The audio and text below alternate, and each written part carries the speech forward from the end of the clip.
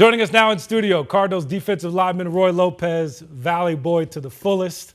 Roy, when you look back on this year, how special was it for you?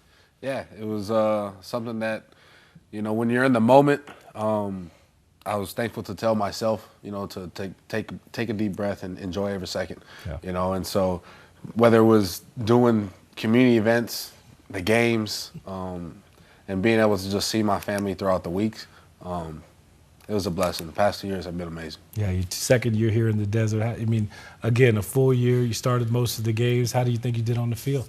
Yeah, I think I did good. I think the biggest thing, here they relay and is about doing your job, and so I fell in love with it. I fell in love with this defense, allowed me to do, and it's been a blessing every single day, even at practice, man. Anybody that even through those dog days, the hot sure, days, right? For sure, man. You gotta fall in love with the little things, fall in love with the process, because when you play with the team that we had and the type of guys we got, it's something that when you go to practice every day, they make it easy. They got the energy every single day, and that's from top to bottom. So it's been awesome. It's interesting you bring up like the little things and enjoying going to practice, because many of the guys we talked to said, despite the record, despite not making the playoffs, like this was the closest team some guys had ever been on. Did you feel that, like this locker room, some of the guys you'll remember playing with forever? Oh, yeah. I think the biggest thing is, when they brought all of us together, it was based off of, who we are as people. So you share so many things in common with so many guys, and so much laughter, so much smiles,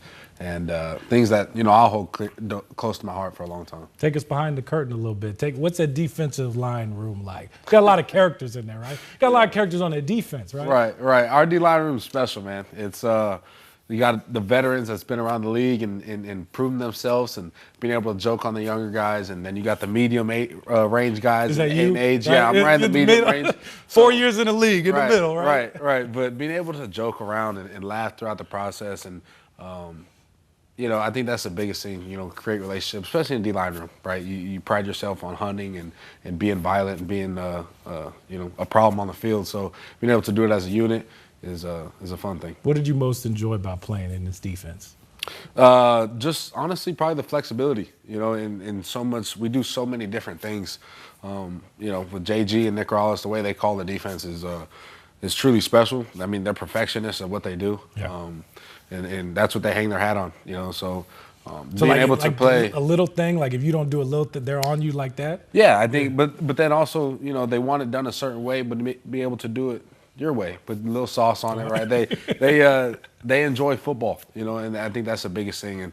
And when you got leaders like Buddha and all these guys on our defense that have proven themselves throughout the league. Yeah. They also understand that, sometimes you got to let the bullets fly and go out and play. So two people I want to ask you about specifically, one Buddha and then Nick.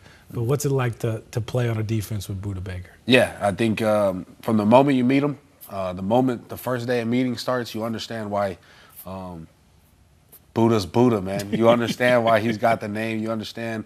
But when you watch him on tape, when you watch him on film, you see him at practice, and the way he flies around. And I always say this, he's got a clip a couple years ago when he was mic'd up against Seattle, and he just hit somebody, and they're like, how'd you do that? And he was like, fearless. Like, that's the biggest thing I've taken from Buddha, just that mindset of being fearless, and he lives it, man, every single day. And you've seen that in practice. Does he hit in practice like that? He flies around. He doesn't take anything off, and you hear all these great stories about, great players, and it's been a blessing to be a part of his process and him to be a part of mine.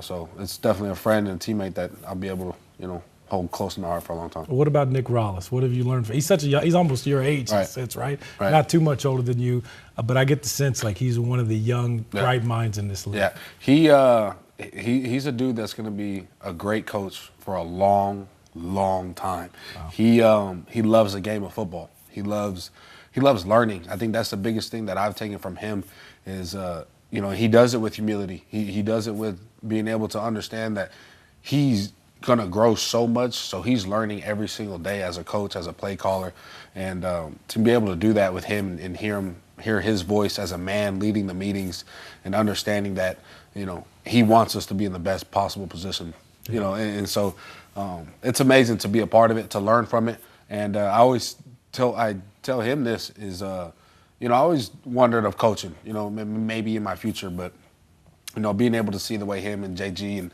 the way they, bring the fire every day, it's definitely something that, and I'm not the first person to say this, but, you see them coach and say, okay, that's something I can do. That's something that, as a player, I can get behind, and I can understand what that did for me as a player, right? And so if I could do that later in the future and, have a player feel that way too, that'd be pretty cool. So what's like a lesson you learned from them? Or like it's something that they did that you're like, you know what, I'm gonna borrow that one to keep that in my back pocket. Yeah, I think the biggest thing for me was just the smiles, the laughs, enjoying every single day. Like it was work first, but it's like throughout that process of work, training, meetings, like being able to create that relationship and understand that this is how the defense is ran.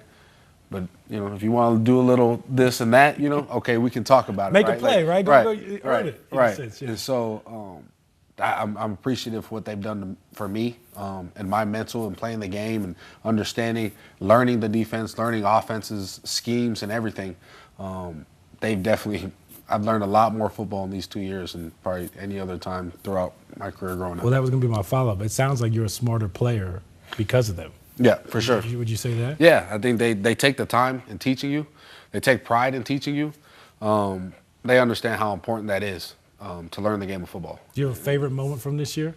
I do actually. It's and it probably will surprise people, but we were playing Carolina, and so the game's tight late in the game, and I'm standing there and I see my mom, my dad in the stands, and it was a moment that I say that I get to take a deep breath and enjoy the moment, because as a competitor, I'll never forget those 2 minutes. We were down, or we just got it close with like 8 minutes left, and Buddha's walking up the sideline. He's yelling, right? And he's getting locked in. He understands the gratitude of the game. He understands the momentum in the game. And I look at the D coordinator, right, and he's over there. He's got his play call sheet, right, and he's going through all the scenarios. He's going through everything. So that way, when he gets in whatever scenario it is, he's ready, right? And so but you got your leader standing up, vocalizing. Then you got Kaiser White standing up, vocalizing. Like it was a moment that I was a part of, and that probably nobody even realized, right? It was just because we've done it, right? Because we've done it so many times. We've been in that moment, but as a competitor, as someone that loves football, to see that. You see that situation on TV so many times growing up, so it was awesome to be a part of it. I hear like true appreciation in your voice. Like it almost like it hits you in that moment. Like I'm on this defense, we're playing this well, we have a chance to win another game, and I'm looking across the field, I see Buddha, I see Kaiser, I see a defensive court, like all these guys that I respect, I see my parents in the stands. It's almost like kind of the game hits you in that moment. Yeah. It feels like. Yeah, my Nana says this thing, and she says, look up, right? Just say thank you. Thank you, God. And so I think that's the biggest thing is, every national anthem, look up and say thank you. And being able to be in those moments and understand that this is that moment. This is one of those moments that in the offseason you're dreaming of, you're thinking about, you're training for it, you're motivating yourself thinking about those moments and what you're going to do. And being able to, be composed in the league, play for a couple years now and understand, do your job every single play and enjoy the process, man. Say thank you. Got to, right? What's JG like behind the scenes? Yeah. Is everybody got on to him about you got fire in your gut, the day one speech, right? Yeah. But to me, he lived true to that. Like he was asking you guys, hey, are you guys ready to go to battle? Like we need to find some guys to do it. And I think he has a good mixture of being himself, but also making sure you guys can be yourself too as well. He seems really authentic. Yeah. What's he like behind the scenes? I think you got a good JG story. Right. No, I think the biggest thing is he loves football, and he loves the process, and he understands that, when you take it one day at a time and you enjoy it, and you learn from it, and everything you do, everything has a purpose, and so that's the biggest thing that I'm taking from him. Yeah. And he's fired up every day. And the moment you walk in the building, we're all walking the team meeting. There he is standing, firing everybody up. Can you give us a little impression? Because when he walks in the door for press conferences, he always starts to say, "Hey, what's up, guys? Good morning." Does he do that when you're walking down the hallway? That's exactly what he does every morning. So, as far as the impression, I think you killed it. Oh, did that work? Exactly. Okay, what he got does, it. Yeah. So I know he probably prides himself on that. So just being a part of that was awesome. Yeah. Do you think they'll come back next year? How do we make sure Roy Lopez is a Cardinal? Ah, man, If see in the future. Man, it's already written for me. So the biggest thing is I just gotta live it. It's been a blessing, and God already written my story. So we'll see. When I think of these 2 years, you being here, Roy, I can't help but think of your family and the tailgates that they have beforehand when they run. I feel like 40 or 50 deep sometimes. Sometimes I look up in the stands and I always see your family, home games, road games. I was telling you this when you walked in the door here. Like, I'll have people stop me. They'll be wearing 98 jerseys, or they'll be like your cousin or your long-lost cousin, or I'm kind of his cousin. I'm his friend. I mean, you got family everywhere, Roy. I see them all over the country. What did that mean to you to have that kind of support these 2 years? And what's that like when no matter where you go, it's still like your family's right there? Yeah, I think the biggest thing I tell people is, it wasn't just my dream to be here, and so many people invested so much time, effort, love, money into my journey. And there were so many great players in my family that went before me, right? And however far they got, whether it was just high school or just college, or I think that was the biggest thing, is everybody had their own journey to get where they got, and they learned from it, whether they wanted to go further or not, and what not to do, what to do. Yeah. And everybody invested in me from day one, and I'm very thankful and blessed to have the family that I have. So to go to games and to see them, and every time I look up in the stands, they're just bawling their eyes out, like you're trying to hold it together. Right. It means something. Yeah. It's there's nothing like it, and anybody that's ever met my family understands that they love football and they love our family, and so it's a dream come true, to say the least, for sure. What's it like being back home? And I mean, do you go home all the time? I know you lived at home for a little bit now. I mean, but what's it like being so close to like family and mom and dad? And are you going everywhere all week? Do you ever stop? No, I don't. Do you come over enough? They probably want you to come over more, right? Right. I don't ever really stop, but in a good way. Being able to go eat lunch with my family, or my mom's making tacos, and being able to go over there, stop by the house and eat some food. Being able to play cards with my nana. Being able to see my family drive down from up north, and I think that's the biggest thing. And yesterday I'm at my nephew's wrestling tournament, right? Like it's amazing. It's truly something that I understand that not a lot of guys in the league get to experience. And for me to do it, and with my big family and big support system, it's awesome for them to get to experience it with me. You ever drop off your laundry at home? I haven't, but I probably will. At some point, right? Yeah. You mentioned wrestling. For those that don't know, this guy was a 2-time state champ in wrestling, right? Yes. Do you think wrestling made you such a good defensive lineman? I think it did play a You big, used to big throw part. people around in high school. The tape, man, I felt bad for those kids. Yeah, it played a big part. And me as a football player, people say it all the time. They see it in my style of play. Just low man wins. So relay that to football as your pad level, right? Yeah. And body leverage and understanding all that stuff. And we got a couple coaches on our staff that are wrestlers, or they're raising their kids to be wrestlers. Oh, so we always talk about it. Coach Lopez. Yeah, we always talk about it and compare our journeys, and it's awesome. I'll walk by them and we'll each put each other in, like a headlock or something, just to mess around, So I wouldn't mess with you. No. They probably shouldn't mess with you. There's some dudes on our coaching staff though that are pretty good, So it's funny to do because and then they got their kids wrestling throughout the state, so be able to ask about them. This offseason, I'll probably go to a couple ASU matches and a couple high school tournaments, and I'm sure I'll see them around. So. Yeah. Speaking of Coach Lopez, your dad is over there in the studio. One of the favorite things that he sent me this year, I always would text him when I would see him at games from time to time. He sent me a clip from Buffalo, and you forced a fumble. Did you fall on the ball? Is that right? No, it was a sack fumble. Sack fumble, yeah. And he sent me the point of view from him, and you could hear in the video, like the crowd is making all kinds of noise, but then I could perfectly tell his voice, like to hear how proud he is of what his son is doing. For him to be at all the games, and how cool is that, considering kind of how you guys grew up together and got a chance to always work with him. Yeah, and in that video is pretty cool. I know because you can hear him, right? Yeah. Yeah, in that video you can hear my uncle. My uncle's there as well. My mom is there, and so you can hear them all yelling. And listened to it more times than they know.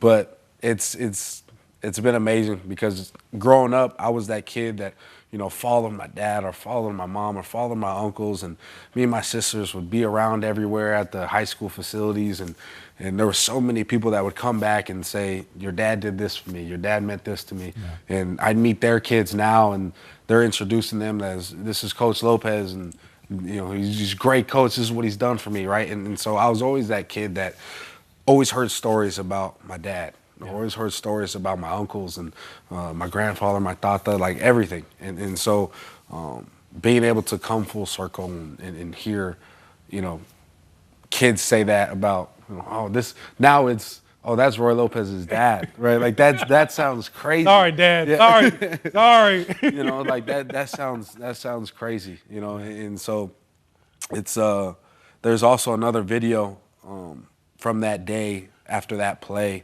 I had a camera in my house, and my sister was at my house, and she loses it, right? Just starts screaming. And so that's another video that's pretty, it's the same play, but, she just starts losing it, right? So just being able to see that and hear that, because I feel them in everything I do. So it's been awesome for them to experience it, because they were there in Las Cruces, New Mexico, at New Mexico State, cheering just like that. Just like that. When they're making those plays there. Probably drove to get there, right? They were. Yeah. They were driving every weekend to New Mexico State games, and then when we went to Arizona, they did the same thing. So it's been I did the same thing. When I went to Houston, they traveled well. So it's been awesome. Real quick, you want to give an impression of your sister? Like, what did she sound like? You keep asking for impressions. Well, I'm just asking. What did she sound like? She just screamed, and she just screamed so loud, to the point where the camera was like muffled. Be careful. Right? Yeah. So, but I can't give you. Okay, all right, fair. We'll leave the sister out of this. Roy, one thing I liked this year was the jerseys you started to wear towards the end of the year. And I know there's a special meaning behind that.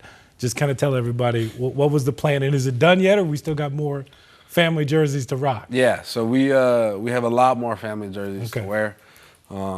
It's pretty much just everybody that played a part in my journey. The two I got to wear was my tata, Ron Gomez for Superior High School. That was the first one I wore, because my family, they root from two small towns in Arizona, Superior and Kearney, Arizona. Just to kind of give a little shout out to those little towns, and also what they did in their high schools, and they were all great athletes, and so that was for me to do. After the game, I got him to sign it. Then the next one I wore was my Theo Larry Escobar. I got to wear his high school jersey, and being able to do that was just another thank you he was a great ball player as well, one of the better ones in our family for sure. And his son is now my full-time trainer.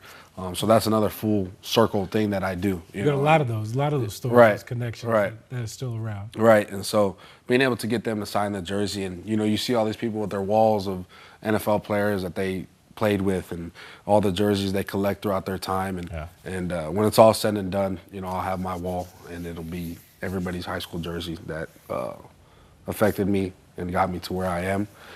That might be the coolest wall. Yeah.